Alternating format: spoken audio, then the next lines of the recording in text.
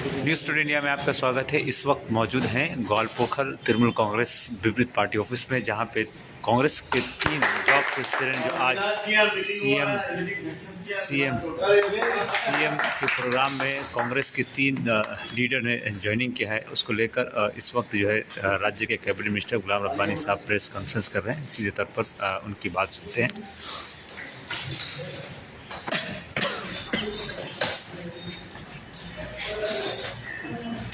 इस वक्त शफी रहमान साहब, गुलाम मुस्तफ़ा जो कांग्रेस के हैं, उसके बाद सादिक इस्लाम साहब, मिनाजुल आरिफीन साहब, तमाम लोग मौजूद हैं। सर, आज देखा जाए कि कांग्रेस की टीम में आप लोगों ने बहुत बड़ा सेंध लगा दिया है, एक बड़ी सफलता माने जा रही है, क्या कहेंगे सर, किस तरह से वेलकम करेंगे? सबसे बड़ी बात है, कांग्रेस के जो ब्लॉक प्रेसिडेंट थे इस मीटिंग के दीदी के आने के पहले तक, उसमें सीनियर लीडर जो हमारे अब्बा के साथ राजनीति किए हैं, मोहम्मद मुस्तफ़ा साहब, वो जो है मुस्तफ़ा साहब जो है 96 में इलेक्शन फाइट किए थे कांग्रेस के सिंबल से। वो कानकी के ब्लॉक प्रेसिडेंट थे। उनके बाद जो है हमारा वो दास मुंशी, स्वर्गीय दास मुंशी के करीब थे, दिव्यादास मुंशी के करीब थे, हमारे भी करीब रहे हैं, हमारे अब्बा का भी करीब रहे हैं। उसके बाद जो है करीम साहब के भी करीब रहे हैं। वो शख्सियत जो है आज कांग्रेस छोड़ करके टीएमसी ज्वाइन करने पर मजबूर इसलिए हो गया, देश के हालात को देख करके, और उनको पास्ट एक्सपीरियंस है कि हम 2019 में कुछ हम लोग गलती किए थे, जिसकी वजह से देवश्री राय चौधरी जीत गई थी। जीतने के 5 साल तक वो कुछ नहीं किए। उनके बाद हमारा सादिकुल इस्लाम साहब, ये भी एमएलए का इलेक्शन फाइट किए थे कांग्रेस पार्टी के सिंबल से 2021 में। ये सोशल एक्टिविस्ट भी है और एनजीओ भी चलाते हैं। ये खुद जो है पीएचडी किए हुए जामिया से और डॉक्टर हैं, डॉक्टर सादिकुल इस्लाम साहब। ये भी जो है हमारे साथ बहुत दिन तक थे, लेकिन बीच में जो है कांग्रेस ज्वाइन कर ली। कांग्रेस में थे तो इनको हम बार बार इशारा कर रहे थे कि अच्छे लोगों की ज़रूरत है, आप आइए इधर।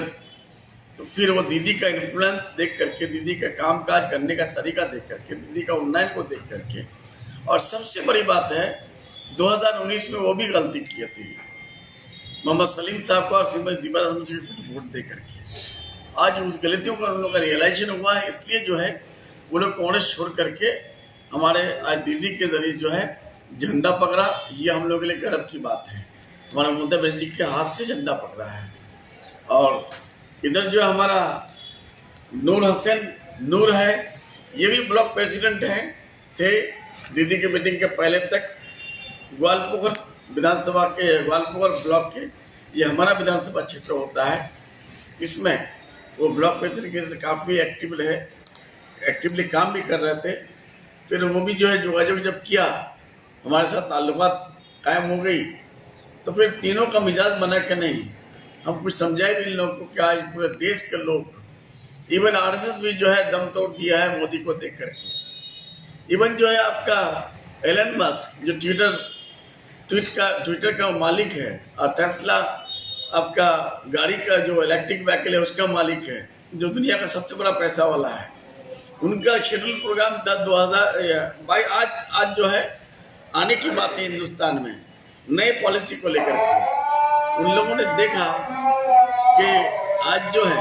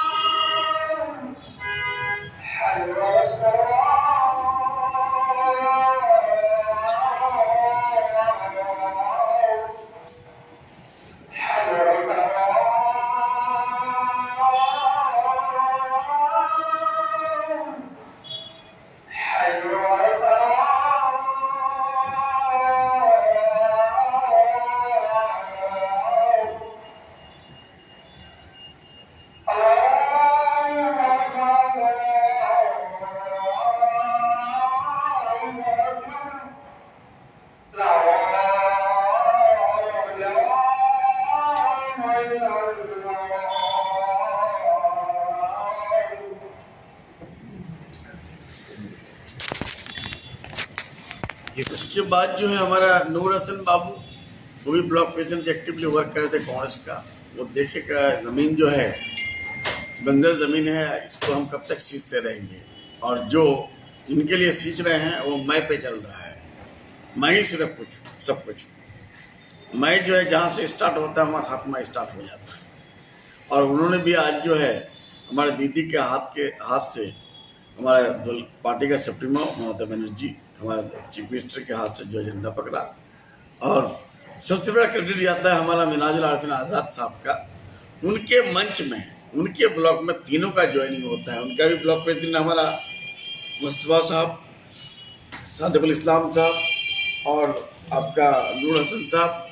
जहाँ दीदी आई थी, हमारे मुख्यमंत्री आई थी, ममता बनर्जी आई थी, वहाँ MLA मिनाजुल आरिफीन आज़ाद साहब जो है उस मीटिंग में 50,000 से ज़्यादा आदमी जमात किए थे। उस 50,000 की भीड़ भाड़ में इन लोगों का ज्वाइनिंग हुआ। ये ऐतिहासिक ज्वाइनिंग है ग्वालियर के लिए, चकलिया के लिए, इस्लामपुर के लिए।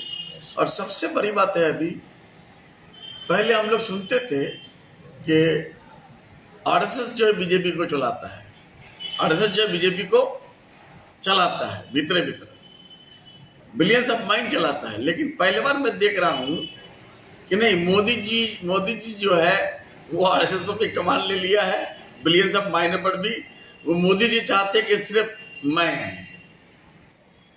मैं रहूं सिर्फ, और कोई नहीं।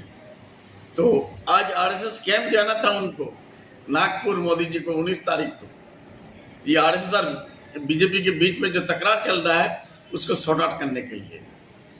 और देखा कि जो इलेक्शन का प्रीवियस इलेक्शन 2019 में जिस तरह से वोट पाया था, उससे ज़्यादा जो है परसेंटेज में डिक्लाइनिंग हो रहा है, उससे ज़्यादा घट रहा है। और तीसरी बात, राजपूत हो, ठाकुर हो, उसके बाद जो है आंध्र प्रदेश, हिमाचल प्रदेश, उसके बाद मध्य प्रदेश, उत्तर प्रदेश, बिहार, सारे लोग जो है मोदी जी के खिलाफ हो चुके हैं। और साउथ में तो उसका कुछ है ही नहीं है। अभी एक मौका है, ये तीनों ये सोचे कि ये मौका है मोदी जी को हटाने का, बीजेपी को नेस्तनाबूद करने का, देश को बचाने का, देश के संविधान को बचाने का, देश के फेडरल स्ट्रक्चर को मजबूत बचाने का, और खासतौर से देश के एसेट को जो बेच रहे हैं उससे निजात पाने के लिए जो है सारे लोग कांग्रेस पार्टी को छोड़ करके हमारा दीदी का हाथ से झंडा पकड़े। और इन लोगों का कहना है कि जब 25 में 25 राजस्थानी लोग, गुजराती लोग, गुजरात के 25 MLA जिता के भेजा गुजराती लोग, तब जो है 2014 में मोदी जी प्राइम मिनिस्टर बने। फिर 2019 में 25 जिता के भेजे गुजराती लोग, फिर मोदी जी प्राइम मिनिस्टर हुए। हमारे यहाँ तो 42 सीट है। आज हमारे सारे बंगाली भाई को हमारा एक तो हाथ जोड़ के रिक्वेस्ट है कि हमारे बंगाल से कहीं प्रधानमंत्री नहीं हुआ है। हमारा बंगाल से भी जो है स्टार्टिंग तो कम से कम हो। आज बंगाल में 42 सीट है, सारे बंगाली लोग हम लोग चाह लेंगे। मुझे उम्मीद है कि बंगाल से 42 सीट जिता के जब दीदी को हम लोग पार्लियामेंट भेजेंगे तो उसको की रास्ता निकलेगा, एक रास्ता हमारा होगा। उनके लिए जो है ये सारे लोग ज्वाइन किए कि हम लोग यहाँ बीजेपी को किसी भी कीमत पर जीतने नहीं देंगे। और वोट कटवा सब जो आता है, 2019 में सलीम साहब आए, श्रीमती दिव्या मुंशी आए, अब की बार विक्टर अलीमरान रमज बाबू आए हैं। इनको वोट देके बीजेपी को जिताने का सुजोग हम लोग नहीं करेंगे। क्यों? इंसान दो ही आदमी को वोट डालता है, जो जीतता है उसके लिए वोट करता है, जो कंटेस्ट करता है या हारता है, जो जीतने का संभावना समझ के वोट देता है, तीसरा आदमी को वोट नहीं डालता है। इसलिए इन लोगों ने दीदी के उन्नयन पर, देश के हालात पर, उसके बाद जो है कृष्णा कोल्लानी के सपोर्ट में, कृष्णा कोल्लानी को वोट देकर के पार्लियामेंट भेजने का कसम खा करके, और दीदी को पार्लियामेंट का रास्ता दिखाने के लिए, इंडिया जोट में शामिल होने के लिए, फिर अदर देन बंगाल, दिल्ली में ये लोग जो सारे लोग ज्वाइन किया। आज दीदी के हाथ से, हम लोग के हाथ से, हम इन तीनों का शुक्रगुजार हैं। ये तीनों अकेले नहीं है, सिर्फ उनके पूरा ब्लॉक टीम, पूरे अंचल टीम, पूरा बूथ टीम, इनका भी पूरा ब्लॉक टीम, अंचल टीम, बूथ टीम, उनका भी पूरा अंचल ब्लॉक टीम, अंचल टीम, बूथ टीम, सारे कमेटीज को लेकर के जो है कल से इन लोगों का अभियान है। 2 दिन बाकी है। और मुझे उम्मीद है कृष्णा कोल्लानी यहाँ इस्लामपुर सब डिवीजन से बहुत वोट लेकर लीड होगा। और ऐतिहासिक बात ये हुई है, रायगंज जो है एक जिला हेडक्वार्टर है, डीएम ऑफिस वहीं है, सुबह मल्टीपल हॉस्पिटल दीदी ने बना दी है, यूनिवर्सिटी बना दी है, मेडिकल कॉलेज बना दी है। यहाँ इस्लामपुर में दो आदमी MP का इलेक्शन कंटेस्ट किए हैं, चौधरी अब्दुल करीम साहब, कर्नल अग्रवाल साहब। आपका चकिया में जो है और करंदी मिला करके जो है आपका सुब्रत मुखर्जी साहब, मनोज मुखर्जी जिसको कहते हैं हम लोग, वो इलेक्शन फाइट किए थे, MP रहे थे। कलियागंज में प्रियोदा MP रहे, दिव्यदास मुंशी श्रीमती दिव्यदास मुंशी MP रही। रायगंज में कभी आपकी सीट हम लोग नॉमिनेशन नहीं दे पाए। क्या पहली बार रायगंज में हम लोग नॉमिनेशन दिए हैं। रायगंज में एक ऐतिहासिक ये हो गया है। और रायगंज के लोग, कलियागंज के लोग, अहमदाबाद के लोग, करंदी के लोग, सारे लोग जो है अभी इतना उत्साह उन लोगों में कि वो बहुत वोट से जिता के जो कृष्णा कॉलोनी को पार्लियामेंट भेजेंगे, दीदी के नाम पर, TMC के नाम पर, घातपुर के नाम पर। सर, तृणमूल कांग्रेस राज्य में एक तरफ जहाँ पे बीजेपी के साथ लड़ी रही, वहीं पे देखा जा रहा है कि कांग्रेस के साथ भी लड़ी है। तो क्या तृणमूल कांग्रेस की दो नज़रियात की लड़ाई नहीं है, जहाँ एक तरफ गवर्नमेंट, सेंट्रल गवर्नमेंट में कांग्रेस को सपोर्ट करने जा रही है, 42 सीट तो सरकार बनेगी नहीं सर, और दूसरी तरफ यहाँ होता है, दूसरी तरफ सर कांग्रेस को यहाँ पे आप लोग तोड़ने की बात करें, तो ये दो लोगों के दरमियान एक तरह के दो नज़रियात पेश हो रहे हैं सर, दो आइडियोलॉजी टीम तो कांग्रेस की है क्या? सबसे बड़ी बात है कि कांग्रेस पार्टी को सोचना चाहिए था कि अगर 42 में 42 आ जाता है यहाँ, तो ये तो फिर इंडिया जोट में शामिल होगा। पहले कांग्रेस पार्टी को तो ये सोचना चाहिए था कि अगर हम जोट कर लेते बंगाल में तो हमारा ज़्यादा फायदा होता। जोट करने नहीं दिया कौन? वो धीर रंजन चौधरी। जोट करने नहीं दिया कौन? आपके बंगाल यूनिट के लीडर्स, इमरान बाबू। क्यों?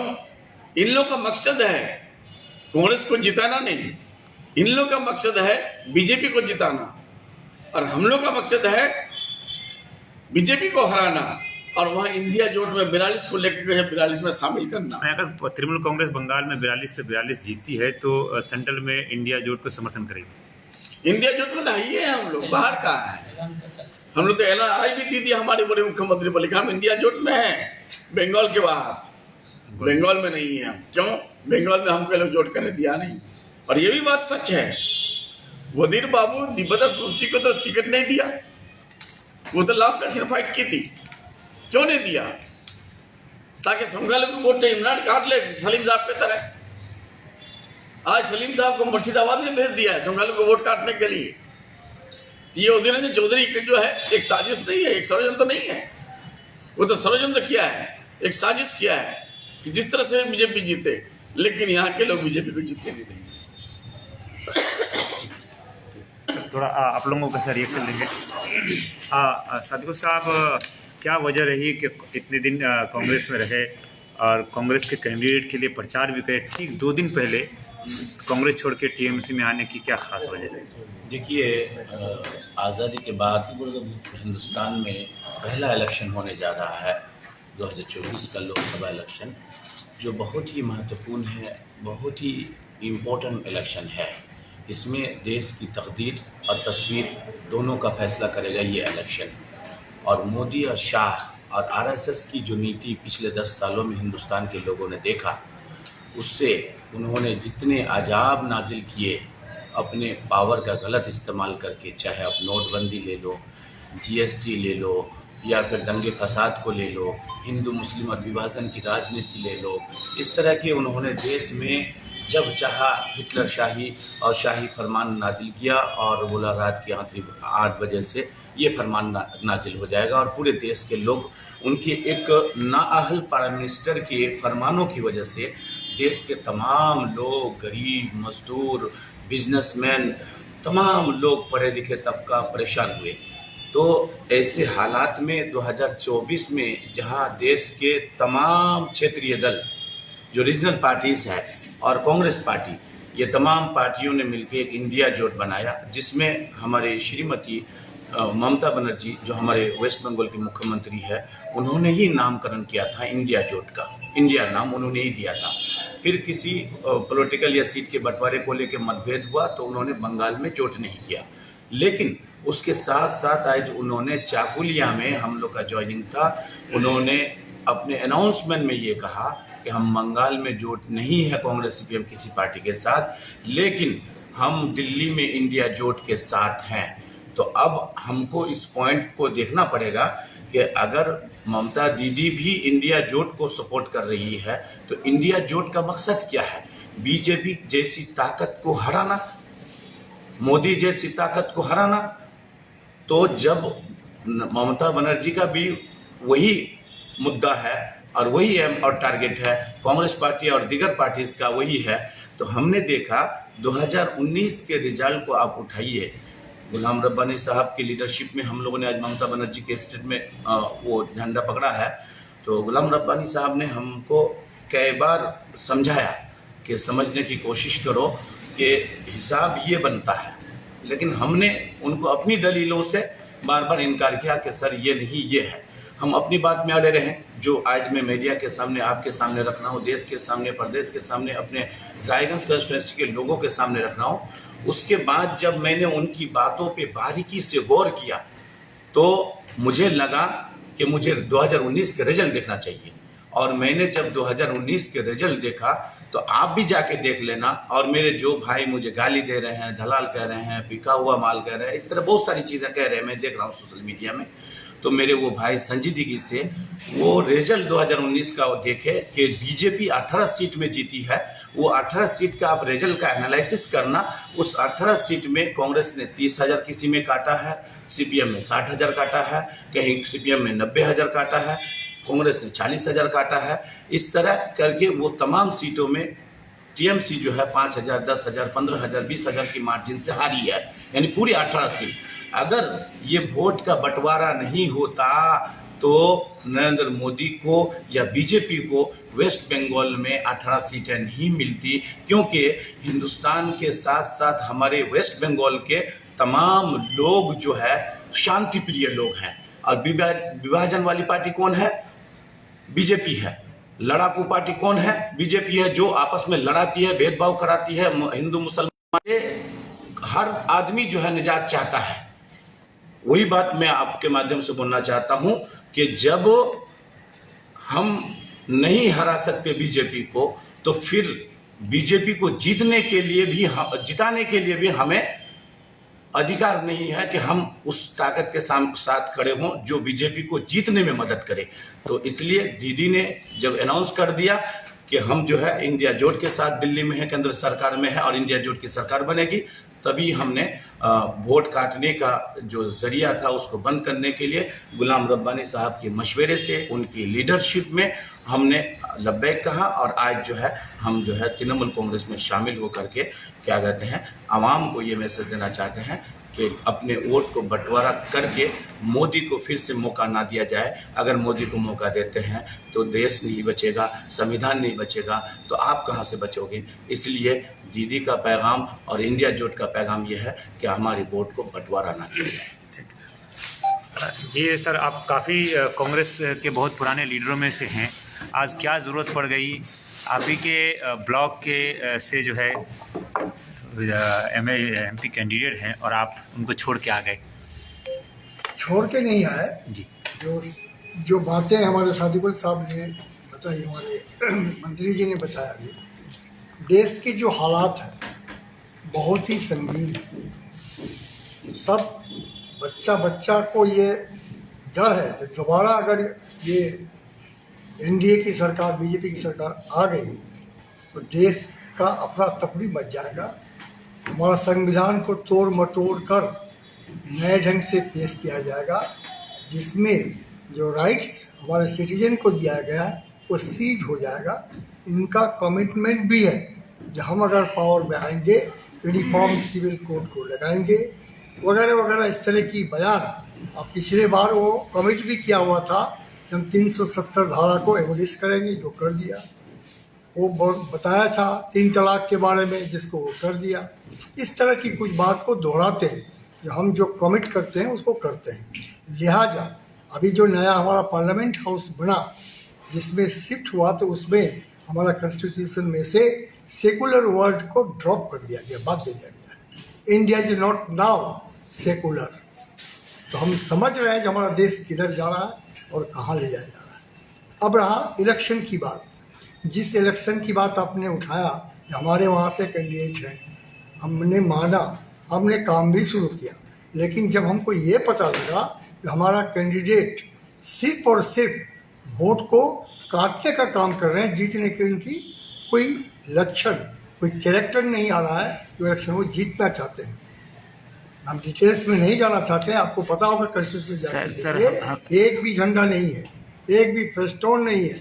वो बोलते हैं लोगों को, अपने वर्कर्स को, कि तुम हमारे फोटो के साथ फोटो लगा के तुम फ्लैग बनाओ, पोस्टर बनाओ और लगा के काम करो। तो इस तरह से ये पता चलता है जो वो लड़ना नहीं चाहते हैं, वो कहीं न कहीं किसी को मदद कर रहे हैं। सर ऐसा तो नहीं सर कि आपकी जो नाराज़गी है, क्योंकि जब से आपका कैंडिडेट नॉमिनेशन किया है, नाम घोषित हुआ है, उनके एक भी सभा में आपको नहीं देखा गया, या आप गए नहीं, या आपको पूछा नहीं गया, ये नाराज़गी की वजह सामने आ गई यही है? नहीं, ये सब कोई बात नहीं। हमको बोले या ना बोले, हम गए हैं। उनका जो इंटरनल मीटिंग्स था उसमें हम गए हैं, लेकिन देखिए जो उनका सिस्टम ऑफ वर्किंग वो लेफ्ट का जैसा ही कर रहा है। हमारे ब्लॉक को हम लोग हमेशा ब्लॉक और अंचल में भाग करके मीटिंग किया करते थे, लेकिन उसको देखिए जो ब्लॉक को 2 ब्रांच में भाग किया है, और उस ब्रांच का जिम्मेदारी वो उन लोगों को दिया है जो उसके साथ थोड़ा ब्लॉक में था या उनको लेके आया है, जो नाअहल है, जो नेचुरली बहुत कमज़ोर है, बहुत वीक है, नहीं जानता है। तो उनका फिर जो लोअर लेवल में जाता है, वो अंचल लेवल में, बूथ लेवल में, जहाँ जाके कुछ देखता है, जब इन्फॉर्म नहीं हो रहा है, वेल इन्फॉर्म वर्कर्स को नहीं बोला जाता है। पर्टिकुलरली कांग्रेस का जो ओरिजिनल लोग हैं उन तक कोई मैसेज नहीं जाता है जो कब हमारा मीटिंग हो रहा है, कब क्या प्रोग्राम हुआ, दे आर अननोन। इसका तगाजा, इसका दबाव हम पर था कि हम लोग को क्या होगा, हम लोग को बात लेके काम किया जा रहा है। तो जाहिर सी बात है जो ये बात लेके हम अपना ज़िला में भी हमारे डिस्ट्रिक्ट प्रेसिडेंट तक पहुंचाए, और ये बात जब आई बात में जो इस तरह को चेंज करने के लिए तैयार नहीं है, तो मैंने देखा जो कुछ लोग बाहर से भी, जो लोग बीजेपी के हैं, वो हम लोग को बड़ा एक्साइट कर रहे थे कि नहीं आप लोग मेहनत कीजिए, आप जीत रहे हैं। तो बात यहाँ आई जो बीजेपी को जिताने के लिए हमको एक्साइट करके हमारा वोट को भाग करना चाहते हैं, डिवाइड करना चाहते हैं। तो बात समझने में वक्त लगा थोड़ा, जब क्लियरली बात आ गई सामने में, तो यहाँ पर एक सीट हमारे लिए बहुत इम्पोर्टेंट होता है। जो सीट टीएमसी का संगठन है, ऑर्गेनाइजेशन एक बहुत बड़ा फैक्टर होता है इलेक्शन जीतने के लिए। दूसरा, हमारा जो कैंडिडेट है वो संगठन को बाईपास करके चल रहा है।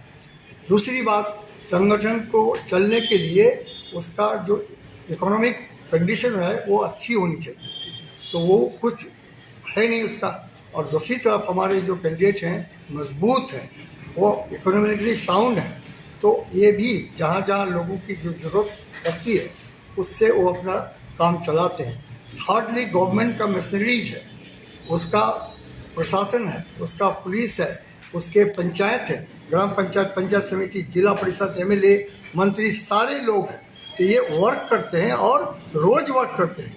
हम देखते हैं 365 दिन लोग काम करते रहते हैं, हमारे यहाँ कोई काम नहीं हो पा रहा है, तो हम कैसे मुकाबला करेंगे? तो जीतने की कोई आसार इसमें है नहीं। लिहाजा ये सीट को क्यों खो दें, इसलिए चेंज करके आए हैं ताकि देश को बचाया जाए। इस सीट को अगर हम जिता के भेजें तो हमारा यूपीए का इंडिया जोट में जाकर शामिल होगा, और हमारा अगर एक सीट से एनडीए या बीजेपी गवर्नमेंट में आ जाए तो उसको रोक सकते हैं। तो हमारे जैसे लोग इतने दिन से पॉलिटिक्स में हैं, पॉलिटिक्स को हम लोग डीपली समझते हैं, और इस समझदारी के तहत हम आज हमारे भाई रब्बानी जो हमारे काफ़ी पुराने साथी हैं, एक साथ हम लोग काम किए हैं, उनके अब्बा के साथ काम किए, तो एक्सपीरियंस तो है। हम लोग आसार को समझ रहे हैं, तार रहे हैं जो क्या होने वाला है कल। इस सारी चीज़ को देखता हुआ आज मेरे लिए मॉरली हमको कंपेल किया जो आज हमारे टीएमसी के जो कैंडिडेट है उसको सपोर्ट किया जाए, और हमारे जो लीडर ममता बनर्जी जी, हम उनके लीडरशिप में भी काम किए हैं। जब वो प्रेसिडेंट थी यूथ कांग्रेस की, बंगाल का, हम ब्लॉक लेवल में यूथ कांग्रेस का प्रेसिडेंट थे। तो हमारी लीडर, हमारे घर की बच्ची बाद में किसी वजह से अलग हो गए, अलग पार्टी बनाए, लेकिन है तो कांग्रेस की ही साथ। आज कांग्रेस और तृणमूल कांग्रेस में फ़र्क कुछ नहीं है, एक ही रंग है झंडे का, सारा चीज़ एक है, सिर्फ कुछ आइडियोलॉजी का फ़र्क की वजह से वो अलग हो गई है। तो हम तो कोई दूसरी जगह लेफ्ट में नहीं जाते हैं, जो बुनियादी फ़र्क है, फंडामेंटल डिफरेंस है। आज देखते हैं हमारा कैंडिडेट वो जो है सीपीएम को लेकर चल रहा है, जहाँ देखिएगा उसका झंडा ही ज़्यादा है। आज कांग्रेस नहीं रहा, ये मार्क्सवादी कांग्रेस बना के रख दिया गया। तो ये सारी चीज़ को रखना होगा, देखना होगा, ताकि कांग्रेस बच के रहे। बाकी तो आना जाना लगा रहा था, कोई दिक्कत की बात नहीं है। हम आए हैं सिर्फ और सिर्फ हमारे इंडिया जोट को मजबूत करने के लिए और लड़ाकू नेत्री ममता बनर्जी को ताकत देने के लिए। हम देखते हैं जो अपने बंगाल के सारे लोगों को, apart from cast and creed, apart from language, apart सबको अगला के रखती है, अपना सबको अपने औलाद की तरह से, जैसे माँ बाप अपने औलादों को, कोई अगर कमज़ोर है उसको भी सीने से लगा के रखती है और जो मजबूत है उसको भी रखती है, वो सबको लेके चलती है। आज तक कोई आप उठा के नहीं देख सका है जो बंगाल के कोई कम्युनिटी का लोग सफर रहे, सबको प्रोटेक्शन देके चलती है। लिहाजा इसको ताकत देना है, आगे चल के इनको और आगे बढ़ाना है, ताकि बंगाल जो एक प्रभाव है, जो what things today India things tomorrow, तो ये नज़रिया हम देख रहे हैं ममता बनर्जी के अंदर। जो जितनी भी वो पंचायत का काम कर रही है, डेवलपमेंट का काम करती है, वो आगे करती है। इंडिया के दूसरे प्रोविंस वो बाद में अडॉप्ट करती है।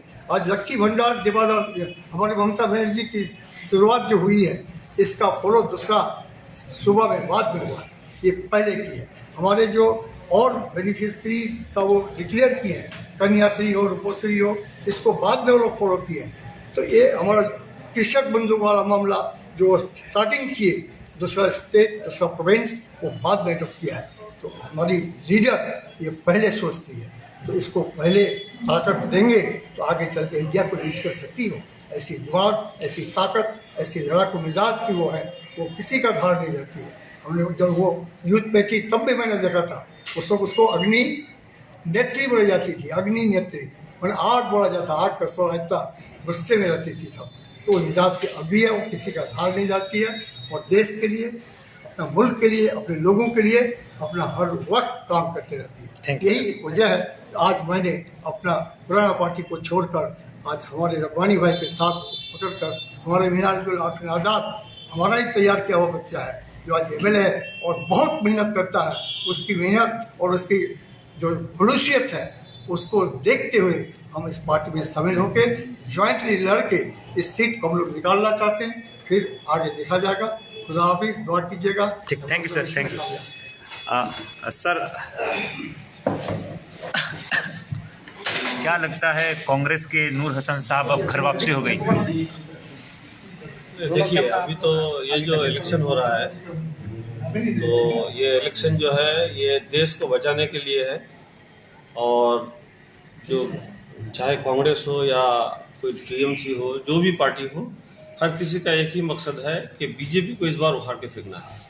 और इस मुहिम में हम लोग टीएमसी का साथ इसलिए देने आए हैं क्योंकि जो इलाके का हालात है, इससे पहले जो हो चुका है, हम लोग 2019 में देख चुके हैं कि हम लोगों दो आदमी के बीच में वोट को बंटवारा करके बीजेपी यहाँ से जो है बाजी मार के चला गया था। इसको रोकने के लिए इस बार हम लोग टीएमसी का हाथ पकड़े हैं और मंत्री गुलाम रब्बानी साहब के लीडरशिप में आज हम लोग काम करने जा रहे हैं। और इंशाअल्लाह ताला जो है बहुत अच्छा रिजल्ट होगा और ये सीट इंशाअल्लाह हम लोग जीतेंगे। सर, काफ़ी कई सोर्सेज से पता चल रहा है कि कई तरह की बातें आपको लेकर आ रही है कि जाना था तो पहले जाना था। इस तरह के बीच में एक कई ऐसे वर्ड्स हैं जो हम नहीं बोल सकते हैं कांग्रेस और दीगर पार्टी की तरफ से जाए, पब्लिक की तरफ से किया जाए, क्या देखिए, ये तो इल्ज़ाम लगाने वाली बात है। इल्ज़ाम जो लगाएंगे, चाहे जितना भी दूध का धुला हुआ रहे, उस पर वो बोलेंगे ही, ऐसी कोई बात है नहीं। हमने ये देखा कि कांग्रेस पार्टी जो हमने छोड़ के आया है, कांग्रेस पार्टी में अभी जो ग्वालपोखर में जो हालात है, तो यहाँ पर ना कोई डिसिप्लिन है, ना कोई किसी को मान रहा है। यहाँ पर कांग्रेस पार्टी बिखरा हुआ है और जो है एक दूसरे लीडर को मान नहीं रहे। आज लोग जो है आपस में झगड़ रहे हैं। तो ये तो कांग्रेस पार्टी का यहाँ पे जो है हम अपने हिसाब से देख पा रहे हैं। हमने कांग्रेस पार्टी के लिए 4 साल वक्त किया और काफ़ी मेहनत किया। आप लोग भी देखे होंगे कि कांग्रेस पार्टी 0 हो गया था, उसको फिर लड़ते लड़ते हम लोग आज एक जगह पे लेके आए थे। लेकिन जो सिचुएशन ग्वालपोखर में अभी है, तो कांग्रेस पार्टी यहाँ पर टिकने वाली है नहीं। और यहाँ पर मान सम्मान इज्जत बोल के अभी कांग्रेस पार्टी में कुछ है नहीं। आज 2 दिन का बच्चा आता है, आकर के कोई क्या बोलते हैं कि जिला परिषद का मेंबर के लिए कैंडिडेट टिकट के लिए दावेदारी कर देता है। आज कोई आके मीटिंग हो रहा है, आप लोग देखे होंगे उस दिन शाहपुर में जो मीटिंग हुआ, उदय रंजन चौधरी आए थे। 2 दिन पहले जो लड़का ज्वाइन किया, अब जो स्टेज में जाकर के डिसिप्लिन मेंटेन नहीं करे, उस पार्टी में रहा कैसे जाएगा? एक लड़का चश्मा लगा करके स्टेज के ऊपर जाके खड़ा रहता है, वहाँ पे सीनियर लीडरान सभी है। हम लोग इतना दिन से कर रहे हैं, हम ब्लॉक के प्रेसिडेंट हैं, लेकिन हम इतना वहाँ पर अपने आप को मतलब ये घिरा हुआ समझ रहे थे कि एक मेरे पास पोर्टफोलियो था, इसके बावजूद हम जो हमारे रिस्पेक्टेबल जो लीडरान थे, उन लोगों की वजह से हम एक कोना में जाके खड़ा रहे, क्यों कि वो लोग हमसे सीनियर हैं। लेकिन अभी जो है जो लोग उस पार्टी को कर रहे हैं, वो पार्टी नहीं, अब बैन पार्टी हो जाएगा। मीना साहब, लास्ट में आखिर में आपका रिएक्शन लेंगे। आज राज्य की मुख्यमंत्री ममता बनर्जी आपके क्षेत्र में आकर इतने बड़ी सभा करती है और कांग्रेस की एक बड़ी टीम को कहीं ना कहीं उसमें आपका भी हाथ है, हम लोग को जैसे पता है लाने में।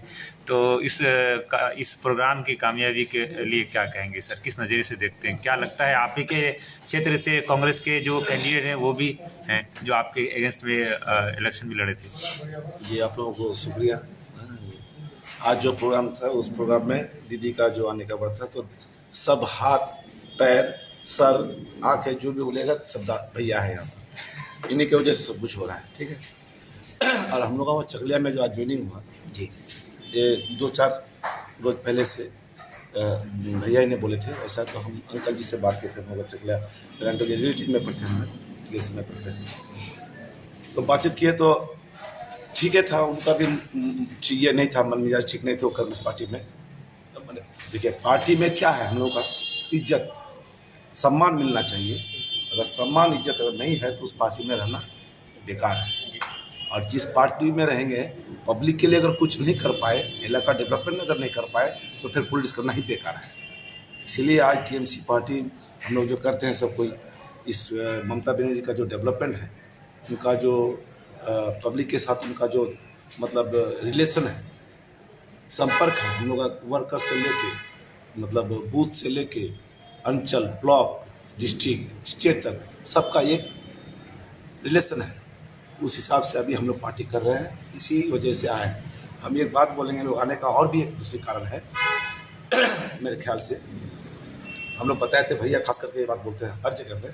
देखिए वोट 2019 का जो इलेक्शन हुआ था लोकसभा, उसमें जो गलती हम लोग ने की थी, 1,83,000 और 83,000। हाँ, ये जो वोट जो गया था इधर सीपीएम में, लेफ्ट में और कांग्रेस में, इस वजह से बीजेपी यहाँ जीत हुई थी।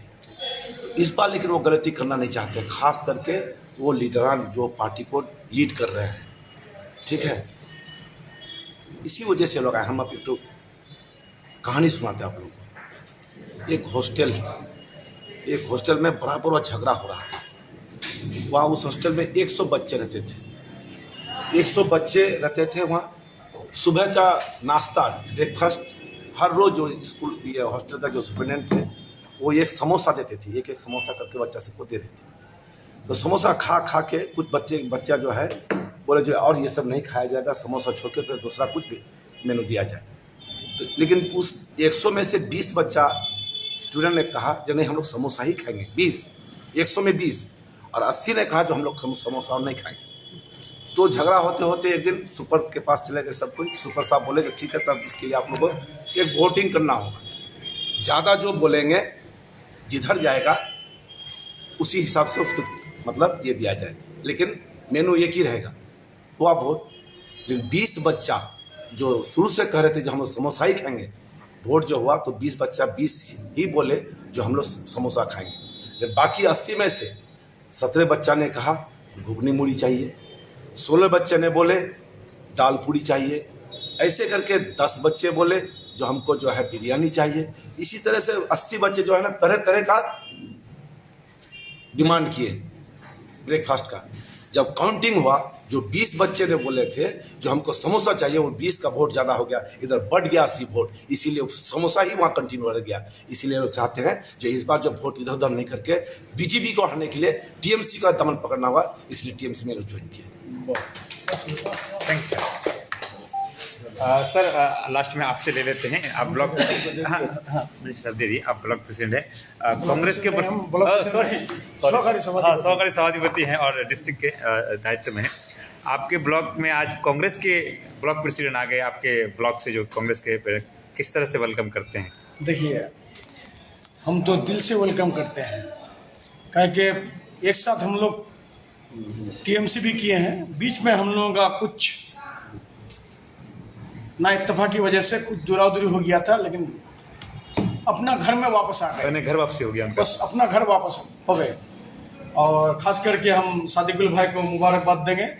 और एक साथ हम लोग कांग्रेस किए हैं, मुस्तफा भाई काफ़ी मीटिंग किए हैं देवादास मुंशी के साथ, दास मुंशी के साथ। अभी मुस्तफा भाई भी आ गए हैं, इसलिए दिल से मुबारकबाद देते हैं। हमारा सादिकुल भाई को मुबारकबाद देते हैं। हमारे भगीना नूर हसन साहब को मुबारकबाद देते हैं हम, कि हम लोगों को मिल करके एकजुट होकर के बीजेपी का खिलाफ हम लोगों को लड़ना है। उत्तर दिनाजपुर में, पश्चिम बंगाल के बारे में हम लोग गुफ्तगू नहीं करेंगे, उत्तर दिनाजपुर के बारे में हम लोग बोलेंगे कि उत्तर दिनाजपुर में अभी बीजेपी के साथ हम लोगों को एकजुट होकर के लड़ाई करना पड़ेगा। और हमारे यहाँ के जो ममता दीदी का प्रार्थी है, कैंडिडेट है, इनको भारी बहुमत से जिताना है हम लोगों को। ताकि कुछ वोट की वजह से हम लोग 2019 में हार गए थे। अब सब कोई जान गए हैं कि अगर हम लोगों का वोट डिवाइड हो जाएगा तो फिर हम लोगों का कैंडिडेट का खतरा हो सकता है।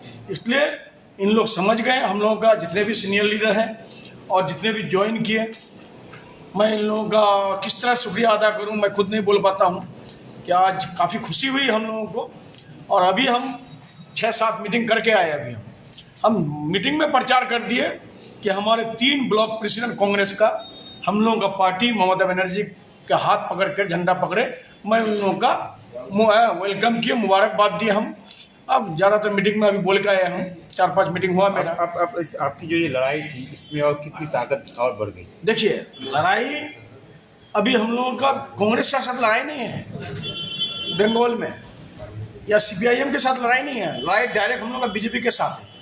इसलिए अभी हम लोगों को सबको एकजुट होकर के, हम तो बोलते हैं किशनगंज में कांग्रेस फाइट कर रहा है, हम ज़्यादातर बोलते हैं कि वहाँ पर वोट दो, कांग्रेस का प्रार्थी को वोट दो, वहाँ पर बीजेपी के खिलाफ वोट दो। वहाँ पर हम बोलते हैं, बिहार में जहाँ जहाँ कांग्रेस का कैंडिडेट है, बाकी स्टेट में हम लोग बोलते हैं कि बीजेपी के खिलाफ उन लोगों को वोट दो। लेकिन बंगाल में ममता बनर्जी लड़ाई कर रही है, उनके कैंडिडेट को जिताने का आप लोग भरपूर कोशिश कीजिए।